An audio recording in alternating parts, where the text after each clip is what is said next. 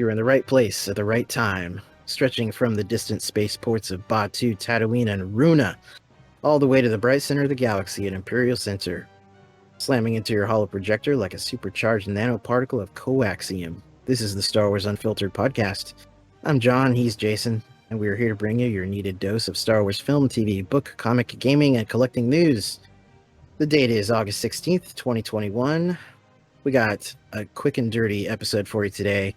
We got some live-action casting news, courtesy of Hollywood Reporter. We got some news about a new Oculus update to one of the Star Wars VR games. And we're going to be giving our review of the finale of The Bad Batch Season 1. Jason, how has your weekend and recent days been? Good. I've been playing more Harry Potter, Lego Harry Potter. So yep. It's not difficult. It's just kind of really, I would say, a comfy game.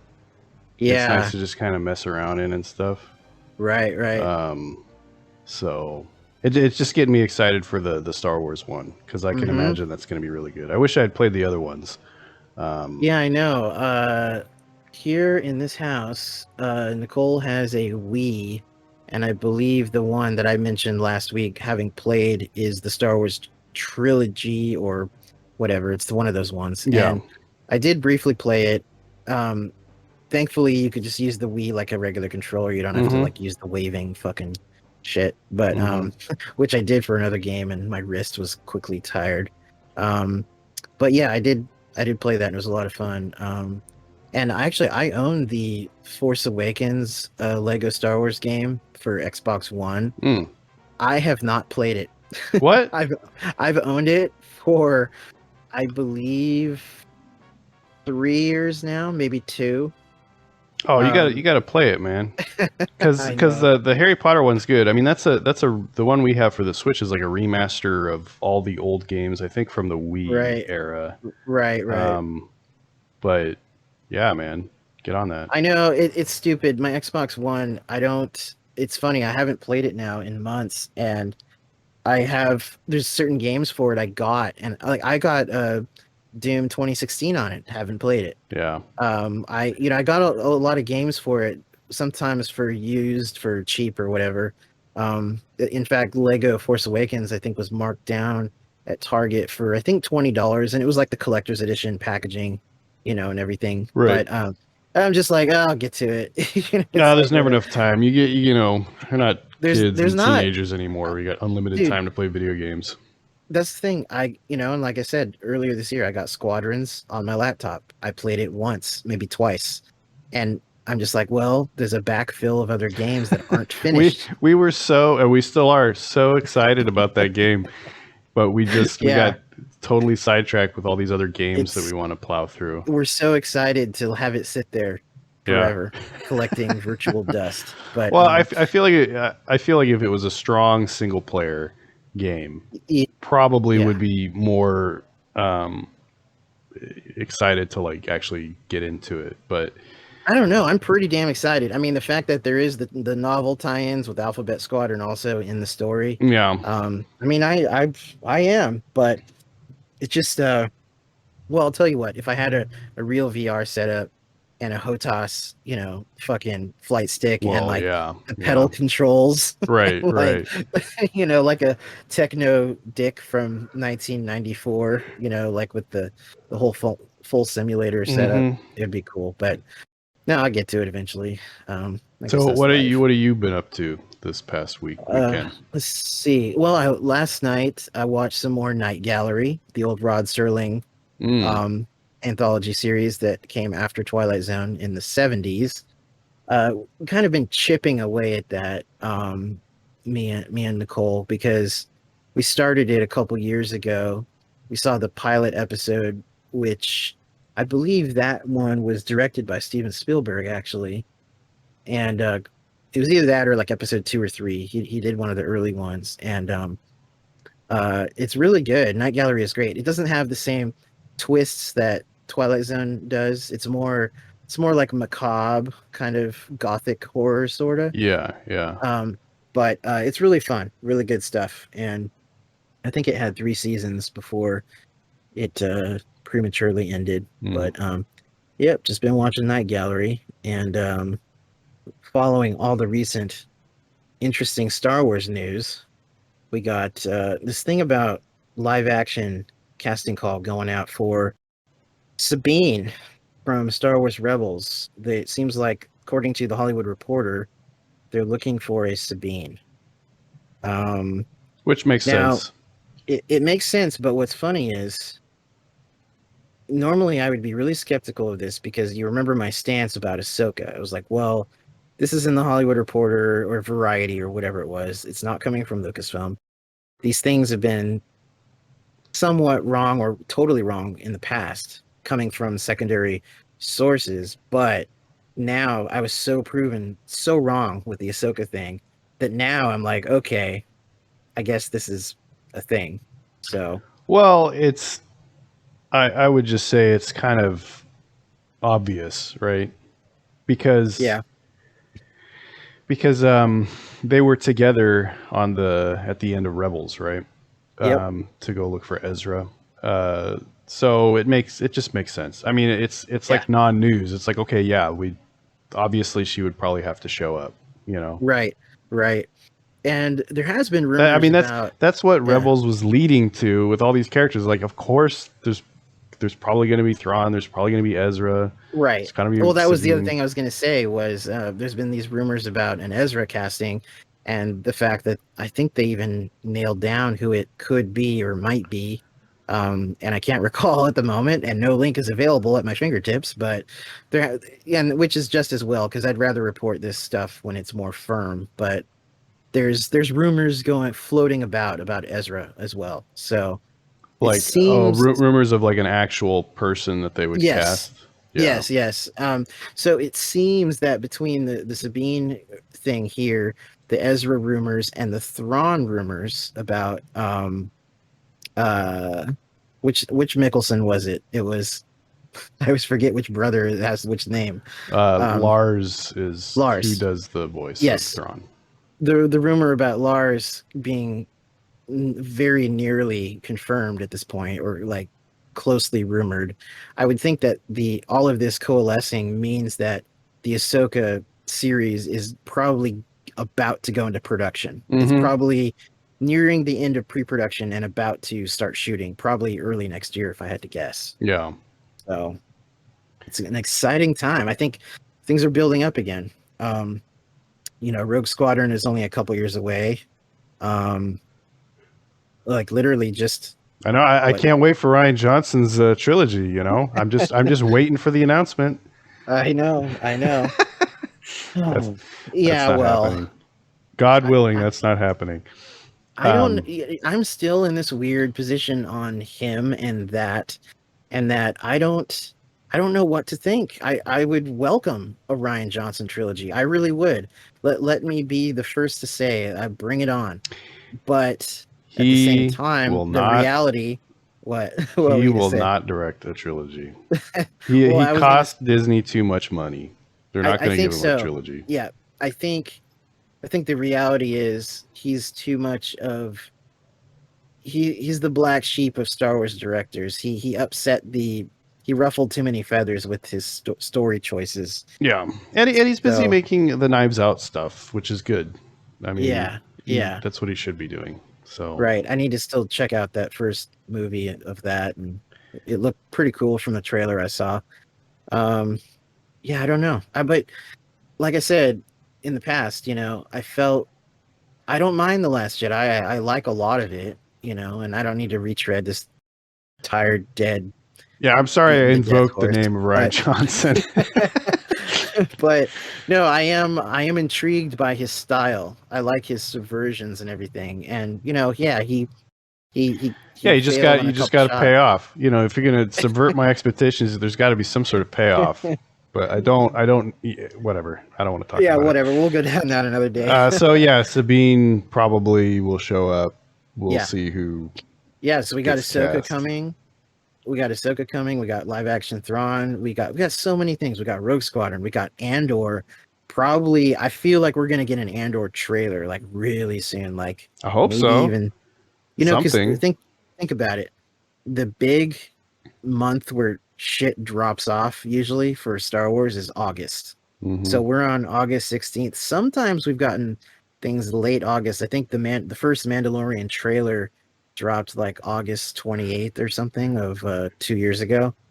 But yeah, I think we're right on the edge here. And then of course we got Obi-Wan Kenobi and all that stuff. So it's an exciting time again. It's starting to get the build up, froth going again.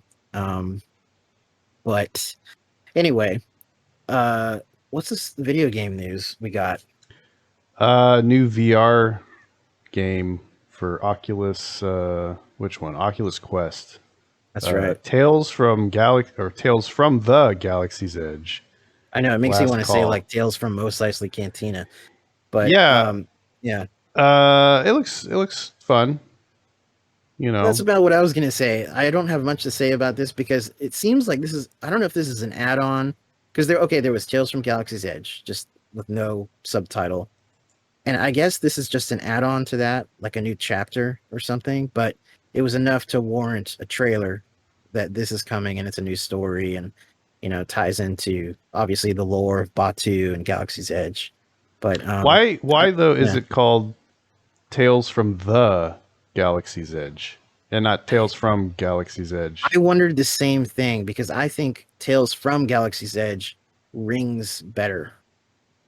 But I understand that it's at the Galaxy's Edge. I get that. But maybe because it's like let's see. Tales from the Mos Eisley Cantina, right? Is that what it was? Or was it Tales? Yeah. But then it's Tales from Jabba's Palace. It's not the Jabba's Palace. Right. And then Tales of the Bounty Hunters. Oh yeah. Shit. There's no consistency.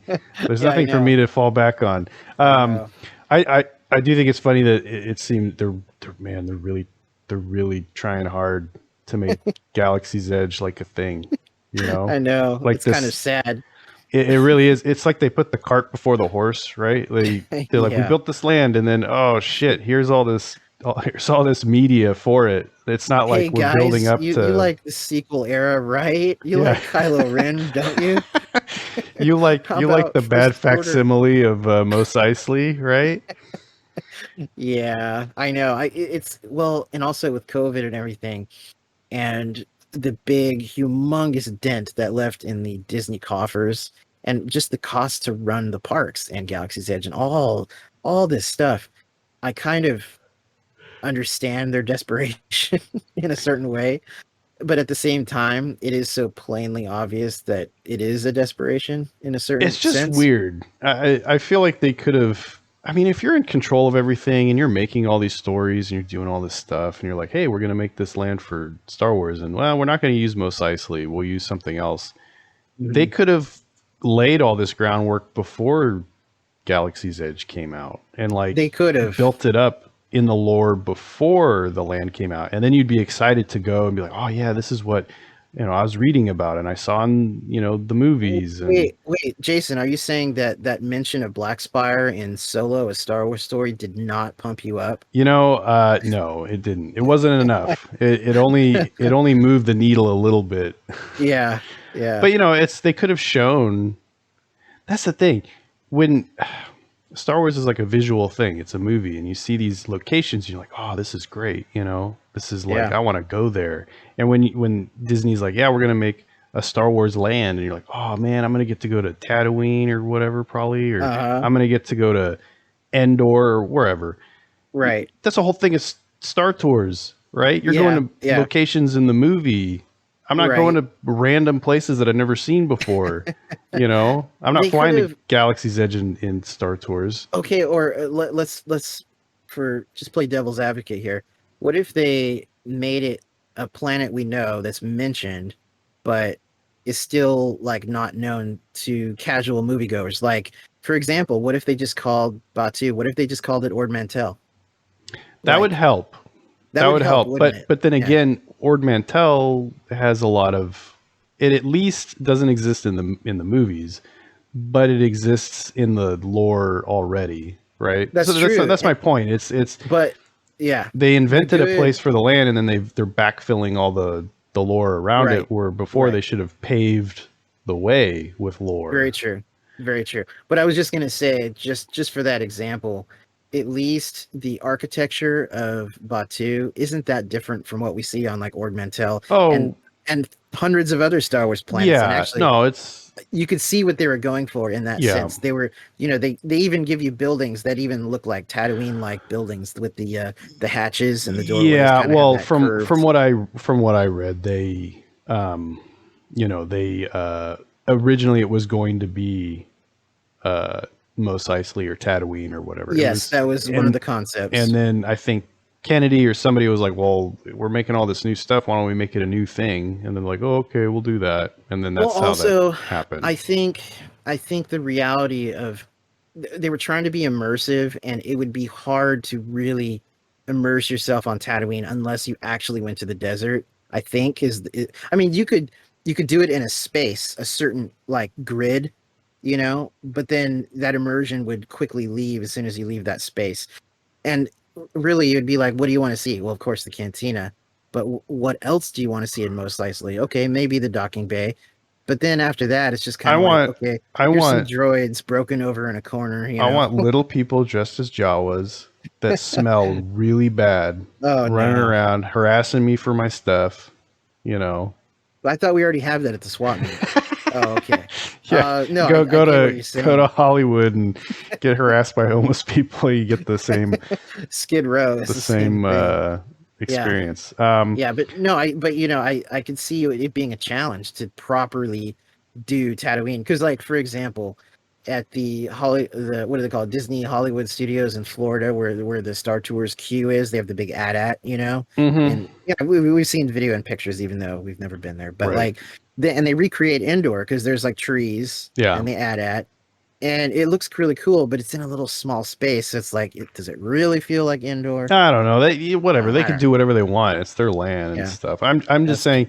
I'm not saying it can't be Galaxy's Edge. I think it's funny no. that they're propping it up after the fact. It wasn't. They Yeah. didn't get people excited about this locale before it came out. Yeah, You because in know. 2019 when it opened, that was when they pushed that novel. There was a couple novels. There was Mm-hmm.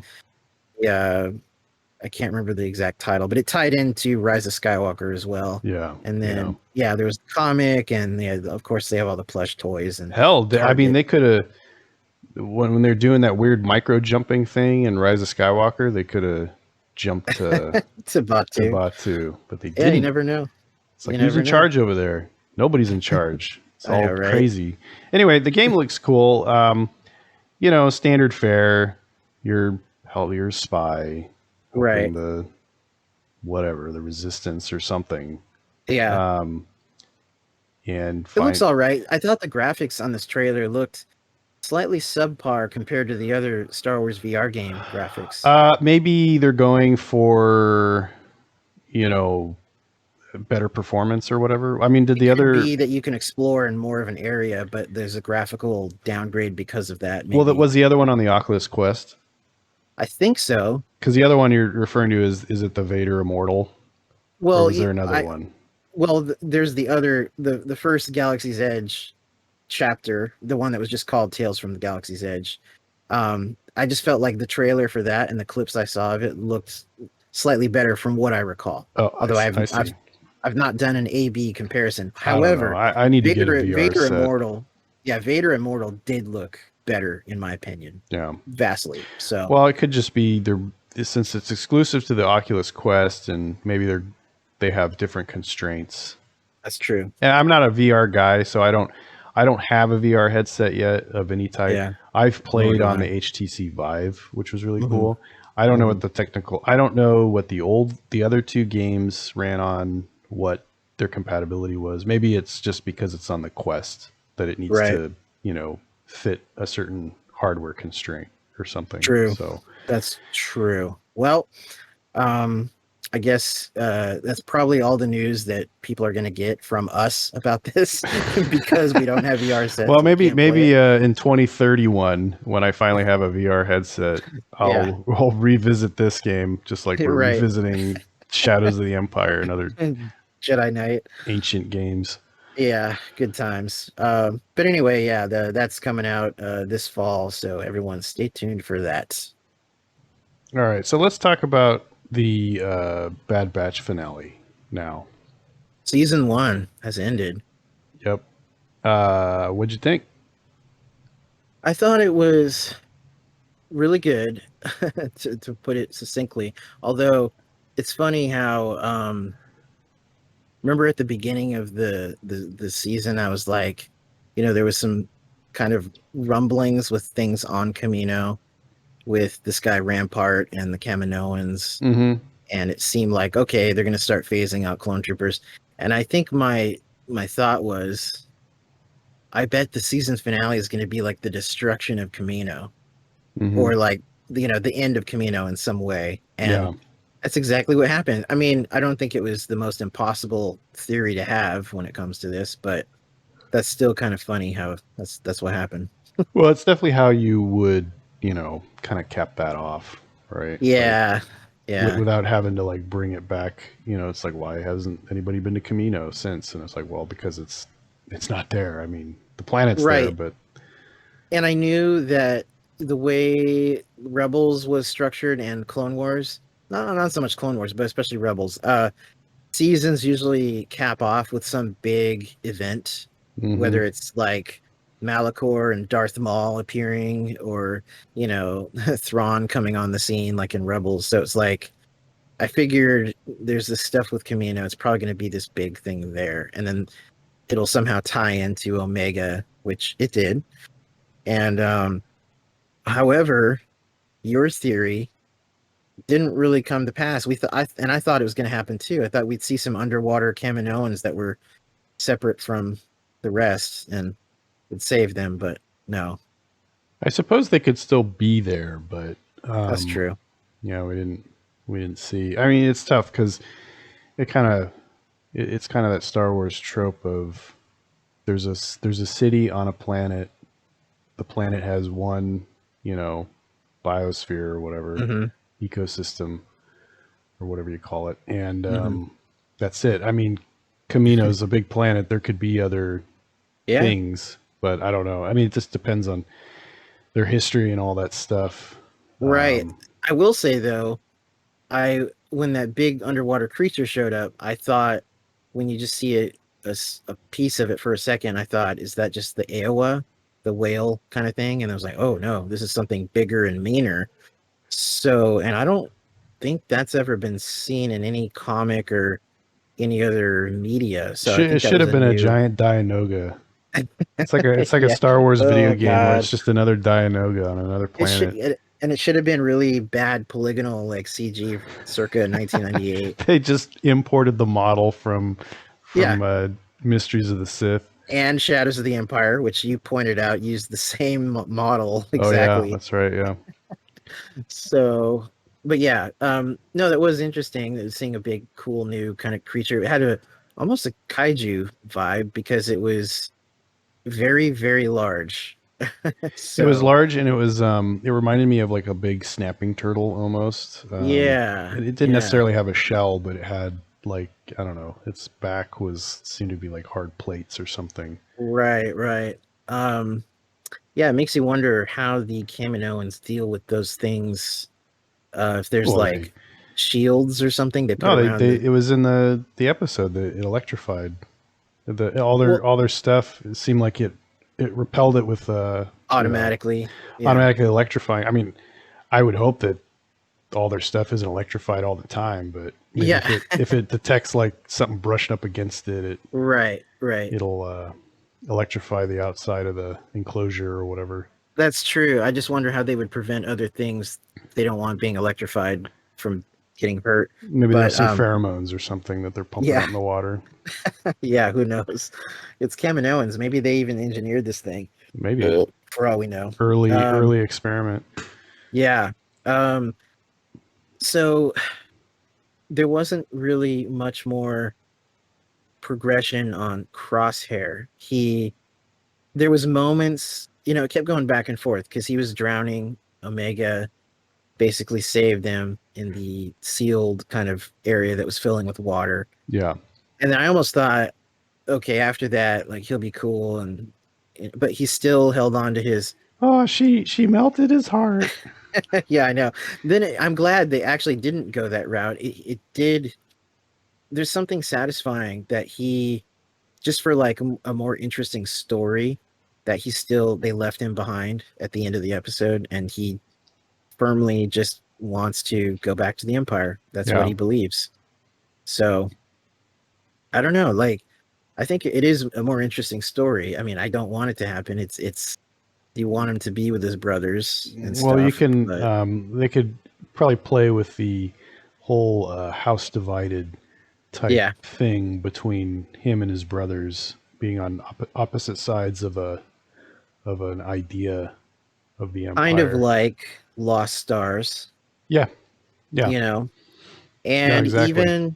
even TIE Fighter with your character. I mean, I like the whole idea of framing the Imperial point of view as a noble and honorable and actually a needed thing for the galaxy to save the galaxy from itself, like Yeah, bring order. Because like this is right after the Clone Wars. The galaxy is like hurting after the economies of planets have been destroyed. There's wrecked starships and battle scars everywhere. There's dead people. There's so much that the Empire has to yeah, come and together and repair. Palpatine has to get ready for that Yuzin Vong invasion that's Exactly. coming in the next few decades. Right, which is why he's building the Death Star Right. and our killer base, which is probably in the next year or two. I think they start mining it. I don't know when they start, but Jedi Fallen Order takes place 5 years after Revenge of the Sith. They've already begun mining Ilum then. So presumably they're starting on it pretty darn I soon. wonder. I wonder if we're going to see anything in the coming shows and stuff Yeah. about that's going to tie into Yeah. the sequels more, because they've really kind of avoided that. It seems like there's been times where, especially in Bad Batch with the clones and stuff, I was almost anticipating some sort of tie-in with Palpatine and his cloning and stuff on Exegol. Kind of like that ending scene at the very end of the episode with the Kaminoan that was captured. Yes, Lama Say? No, Nala Say. That's her name. Nala Say. Nala Say, that's right. That was the one whose name I was forgetting I last know, time. yeah. Now, obviously, okay, so she's taken to this base, which looked like it seemed like almost like the same forest planet that we saw a couple episodes back, but maybe not. I don't know. Might have been a different base, different forest planet, another indoor. But obviously, there was this new scientist character that was a female, and she had these kind of like goggles things on, and she had the Dr. Pershing style fatigues, Oh, like in I the didn't notice that. absolutely, and that little symbol was on the side that he had, Oh, why that didn't everyone was like, "Oh, that's the Kaminoan like cloning symbol or whatever." So it's clear that in some way down the line is going to tie into Dr. Pershing at least. Yeah. So this is like the same scientific arm of the Empire or something like that. But yeah, I just thought when I saw this, I was like, oh, here's Jason's like cloning tease again. Yeah, I don't know why I don't know why I didn't notice that. I gotta rewatch that part. I was Yeah. sort of thinking about the planet and which planet it could be. Mm. I wasn't Hmm. really.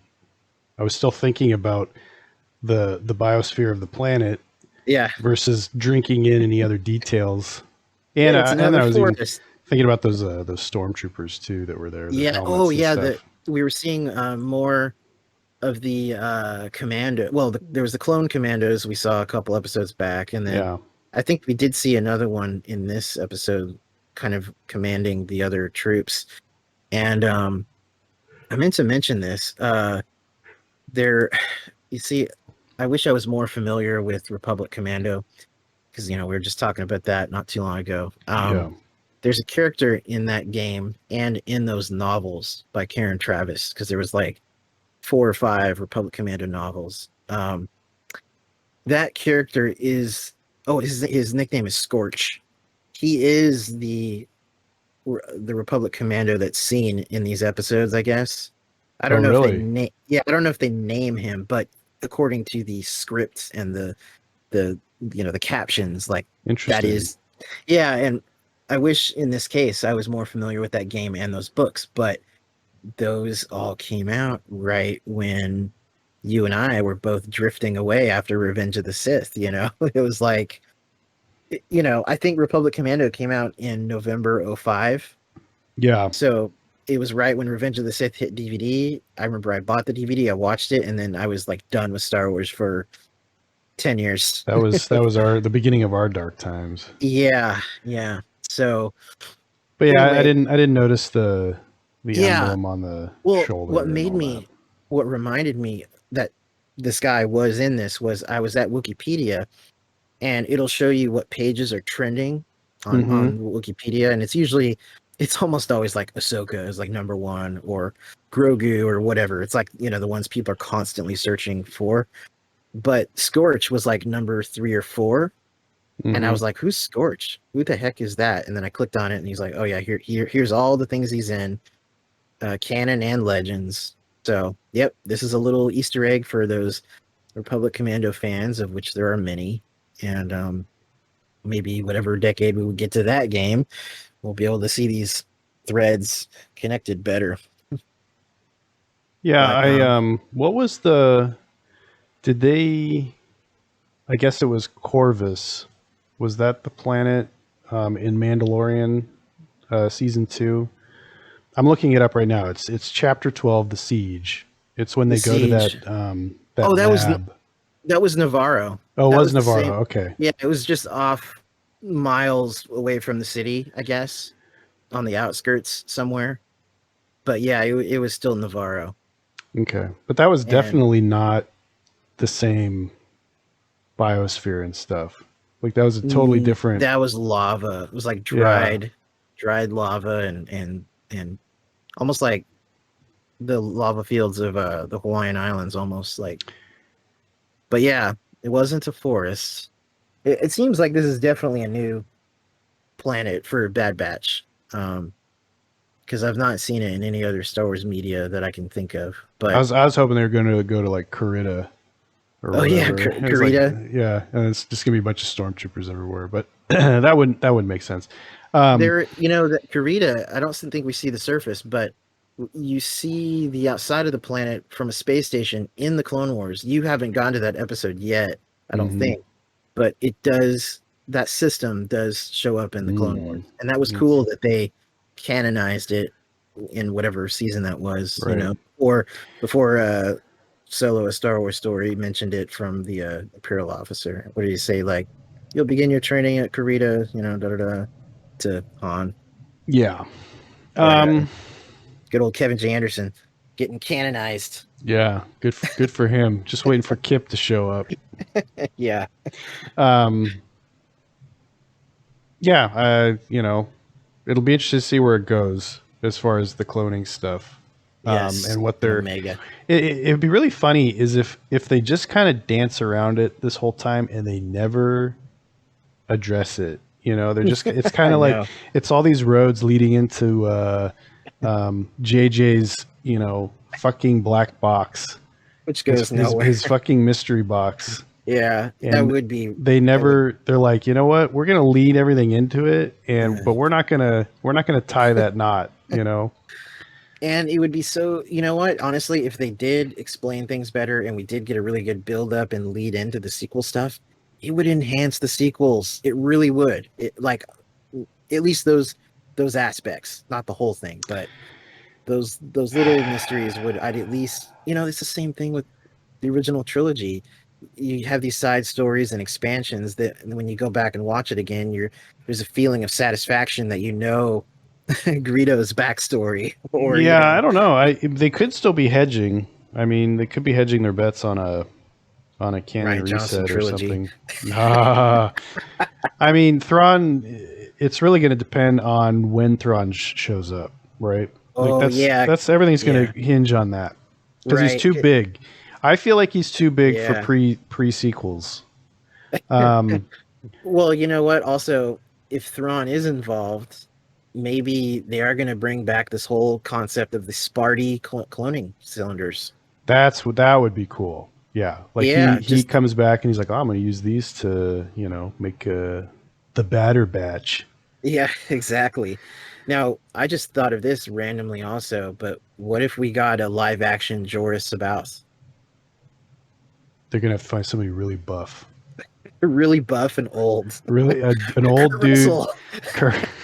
They need a really old dude with a really low body fat percentage, so that he Actually, can have Kurt Russell probably would pull it off pretty good. dude. But He'd be badass. he's got the big old bushy beard. Yeah, he was good as Ego in yeah.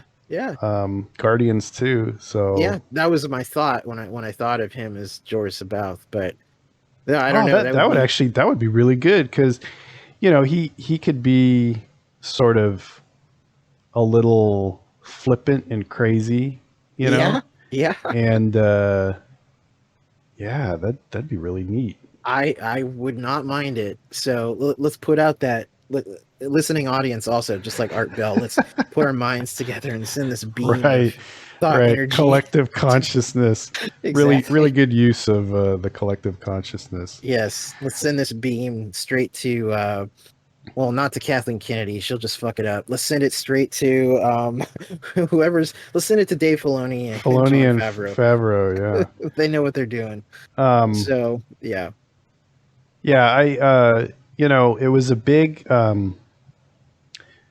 I would say that nothing, well, it's kind of silly to say, oh, nothing super major happened, but they destroyed, the cloning facility on Camino. Yeah. That's pretty big. Yeah. I think for season 1, this is almost parallels Rebels.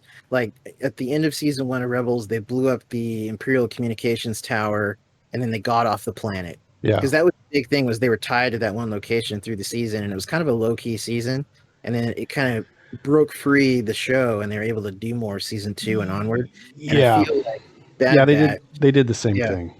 I feel like this was a pretty good season with some spikes of awesomeness, but overall, just kind of setting the foundation. No, it was a great season, and it's a good setup for the series because they've addressed what happened to Camino and the cloning facility, and now they're free of it too. Like there's no like, oh, we got to go back and Project War Mantle or the evolution of the stormtroopers is really cool. Yeah, I want to see how that pans out because we still only have proto stormtroopers right now. They're not stormtroopers. Yeah, but they got to accelerate that because that clone trooper comes up and reports on Camino's status to Rampart. He is visibly upset. Oh yes, I noticed that as well. He was verbally, you could hear it in his voice. He was like almost cracking with emotion. I can't wait for Palpatine to come on the comm and tell everybody to execute Order 67 and all the clone troopers just blow their brains out. That would make a lot of sense. It would be a little dark for a cartoon series on Disney Plus, but maybe they'll make it lighter by having it happen in Fortnite. So it won't be as quite as dark. I need another Fortnite tie-in to set up a fucking movie. Jeez, man. What's funny? Thinking? When I saw, I don't know if it was the Fortnite clip that you sent me. I think it was, because I hadn't seen that audio clip yet. So I think you linked me one, or I found it on my own. I can't remember, but I remember the link I saw. It showed a scene on a planet with all the players just kind of standing around and whatever. There's stormtroopers, and I just remember seeing a stormtrooper like running and jumping because that's how people always get around faster in PvP games, and it looks so silly seeing that contrasted with what Palpatine was saying. Yeah, I think I've said before, an instant improvement to the sequel trilogy would be to have a special edition, move or just everybody's in the Falcon at the end of The Last Jedi. They're getting off of Crate. Right. And they're like, "Oh, we survived," and then you just hear they're like, "Oh, we're getting a radio transmission," and it's Palpatine saying what he said in Fortnite, but in the fucking movie. Right. Like, I Or he mean, just starts to open his mouth in the hologram and then it says directed by Ryan Johnson. shit.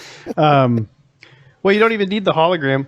You just play it over the speaker. But I mean, obviously, that's like, oh, if that's what you were planning to do, then obviously you would do that. But there was no fucking Right. plan. But like, Yeah. if they just went back and kind of retroactively did that, I mean, that would be an instant. Those movies actually need a special editions to try and tie the stuff better or together better, and that would be a huge. That would be huge. Did you see any of the deleted scenes from like The Last Jedi at all? No. There was some that had all their special effects completed, like they were almost in the movie. They had all the editing, and because some are like they don't have the effects done, so they were cut early. There's one with Rey. There's another island next to where she's training with Luke, like off to the side, and there's another like little town of the what do they call them, the keepers or whatever, those little aliens, and she thinks they're like, what is it, it's like they're fighting or something. Oh, I think you told me about this. Yeah, she's gonna go run over and go. She runs down the beach, and that was in one of the trailers. We see her running with her lightsaber, and she was gonna like stop the fighting or whatever. But then she gets there, and they're not even fighting; they're just dancing and having a big celebration or something. And then she looks like an idiot. And I guess Luke tried to hint to her like, it's not what you think, but and I don't know. It was an interesting scene. We see Rey's kind of assumption, of something that's not what it appears to be. But I don't know. It doesn't make any sense. What does that even like foreshadow? I need to see the context of the scene again. I only saw it once or twice, and it's been a couple years. I should watch the movies again. I need to sit down and watch all the movies together and see if I can piece together. It's just hard because there's after the fact we know. Right, we know that there's no plan or whatever, so it's okay, Jason. Just watch them. Look. Okay, like it's like any movie. Okay, it's like Crystal Skull. I know it's shit compared to the other trilogy, but in accepting its shittiness, I watch it on its own merit, and then out of that comes actual enjoyment. So if that's you can a tall just watch order. Well, it is. But the more you see the sequels, I mean, sometimes the shit is also shittier too, but you might find certain scenes resonate more. Yeah. We don't need to talk about this crap. We're talking about Bad Batch. We're talking about a show with a plan. That's true. Filoni has a plan. That's true.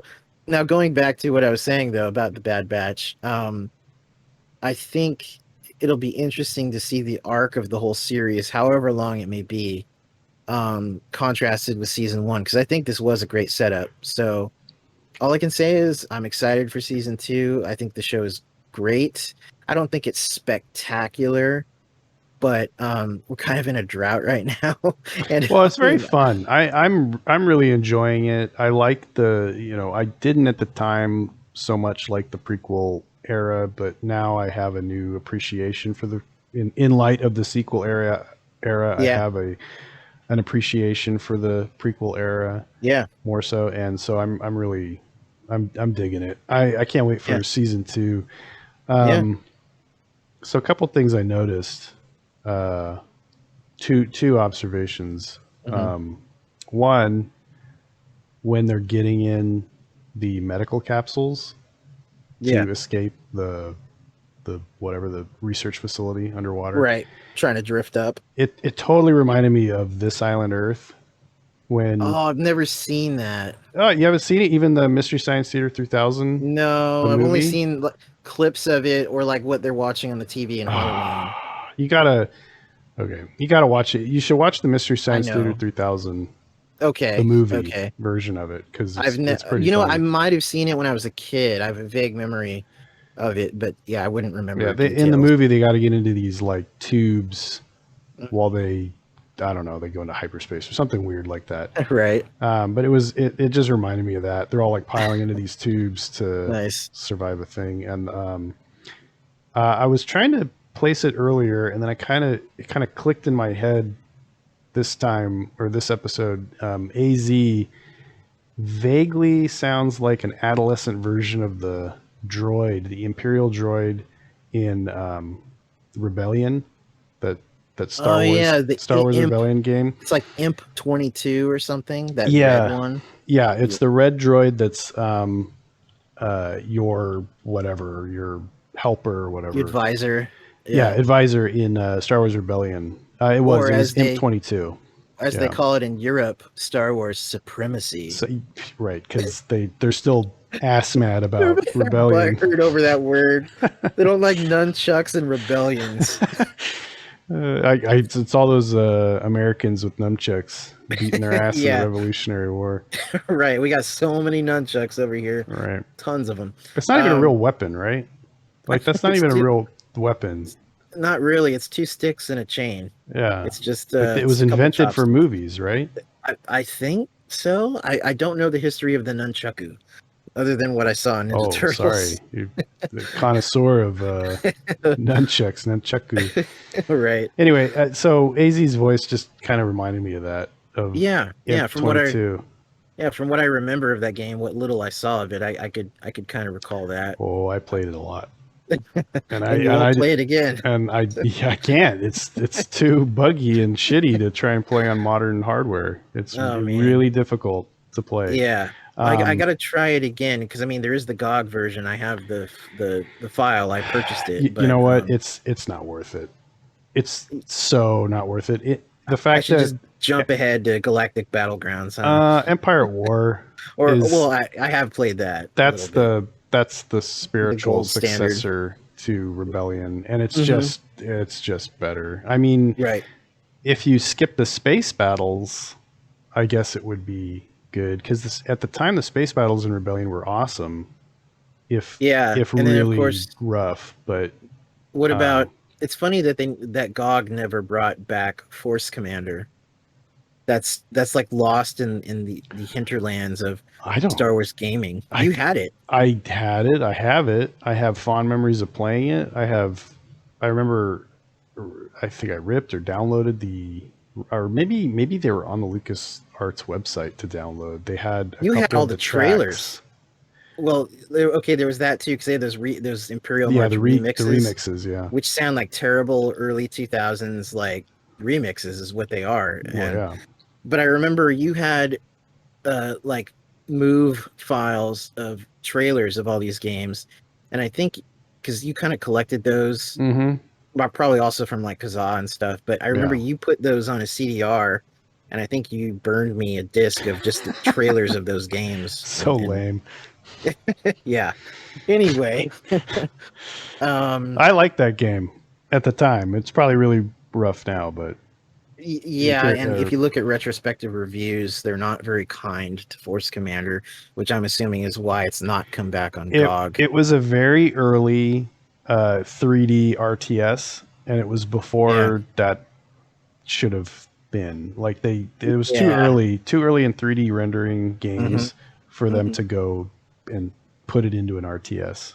Yeah, because sprite based was still way better at the time. Even Empire at War, when you zoom in on the people, the soldiers and the stormtroopers, it looks a little rough for 2006. Yeah. So I skipped those. I always skip the cutscene things, the zoom ins, the ground battles. Oh, okay. Oh, I would only do space. Yeah, because that's right. Yeah, that's what I liked. Right.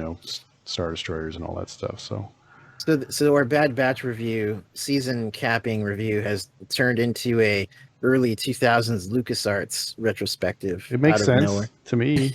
It makes sense to me. It should to the listeners too, if they know anything about this podcast. Yeah, I'm gonna have to watch the episode again, or at least the end to catch the scientist or whatever on whatever planet they're on. Yeah, it's very fascinating when you notice that it ties into Mandalorian. Yeah, it's interesting. I really do wonder how and where it's all going to lead. Are they going to continue to sort of skirt the edge of having anything directly tie into the sequels? Right.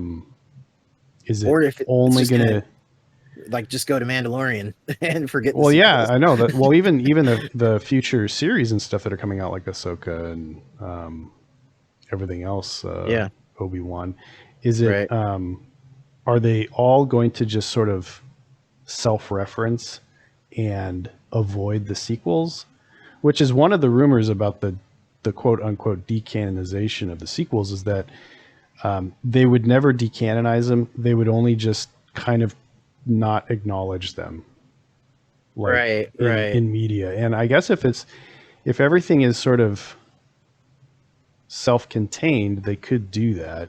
It's just The problem, eventually you're yeah. going to have to address it one way or the other. Well, the problem with that is that it still, to me, sounds like really wishful thinking from salty Oh yeah, sequel for people. sure.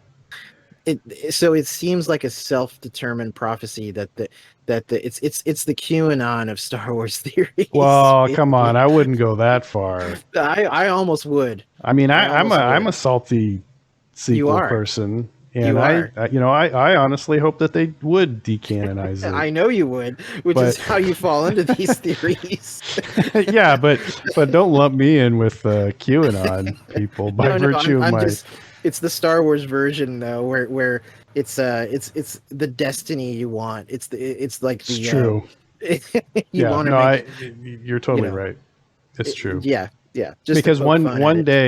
one day, because it's like every time it gets close in these series, you're on the edge of your Yeah, seat, and yeah. you're like, Here it okay, is. Here it good. is. They didn't do it, like Omega and cloning and the Force and the Yeah, M. What do they call it in Mandalorian? The M count or whatever. yeah. I think it was M count. Um, you're just we're just all waiting to see if they're gonna be like Exegol or Right, right. we got a clone Palpatine or something like that. Instead, they'll appease the Gen Xers and just say the clones are at Wayland, like from the Thrawn trilogy, Yeah. Mount Tantus. Oh, that'd be really good. See, I just by saying that, I whetted your appetite now for. Well, hey, maybe that's where they are I know. at the I end know. of the thing, because it's a big mountain.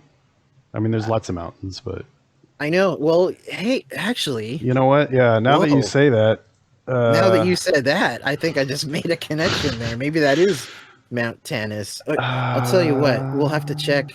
Wikipedia will have like they'll check the captioning. If they have the info. I'm looking up Mount Tantus right now. Yeah, check the canon and version. the canon I think it version. is. Let's see. I think there is a canon version, but it was just a reference guide so far. Yeah, it's really light. Nothing about Bad Batch then. First appeared in Star Wars canon. Oh, you got to be kidding me! What? That's it?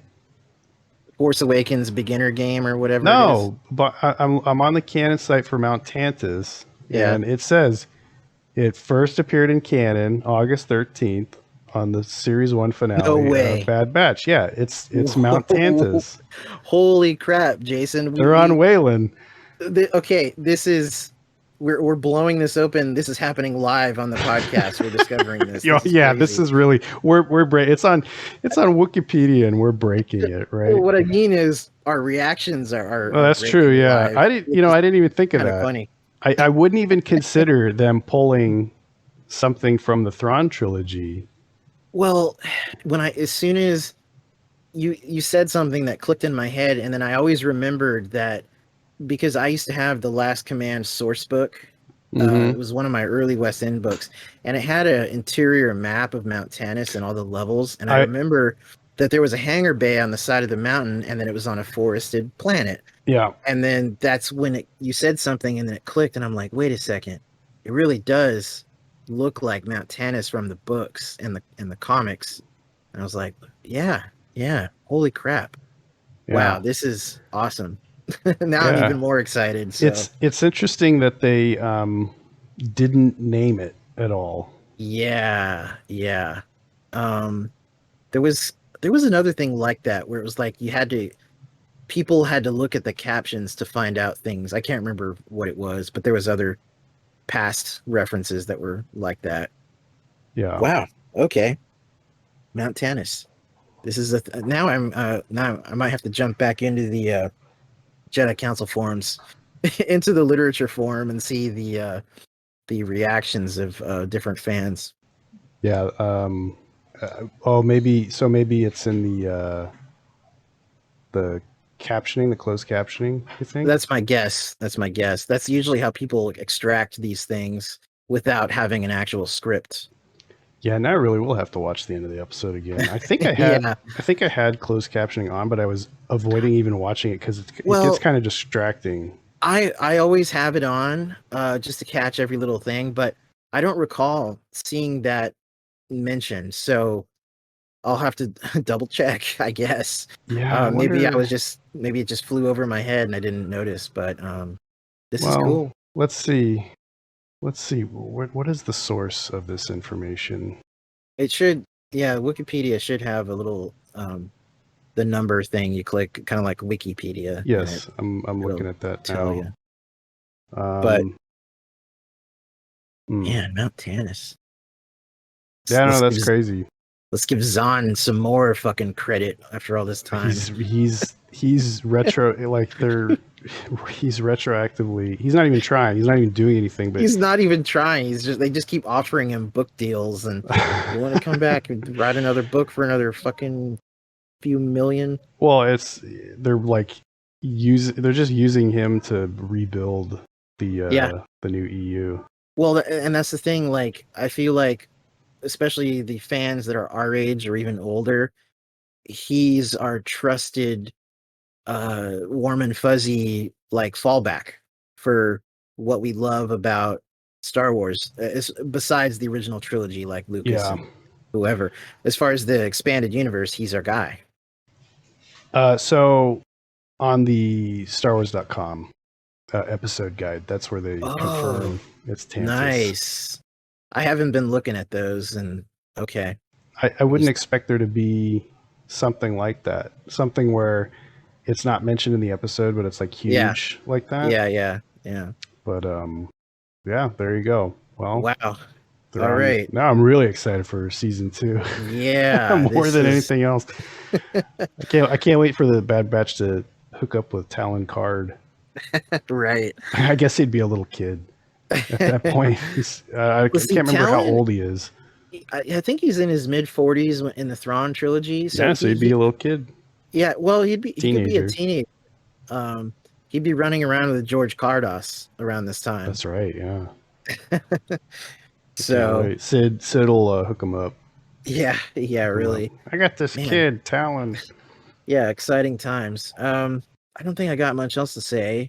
I guess we should probably wrap up this episode. Any other parting thoughts? No, that's it. That's a good way.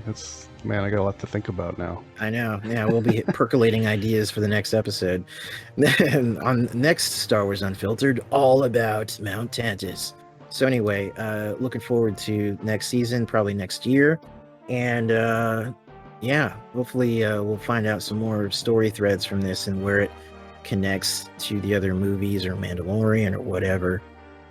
And on that note, make sure check out our channel on YouTube, where we have all our podcast episodes as well as some lore play commentaries.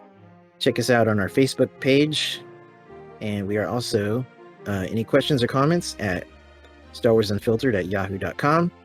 And we are also on Instagram, posting all our updates and cool memes and other interesting anecdotes and pictures on there.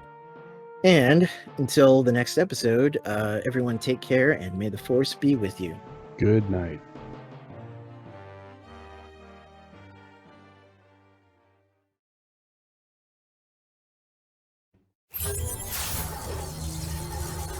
What?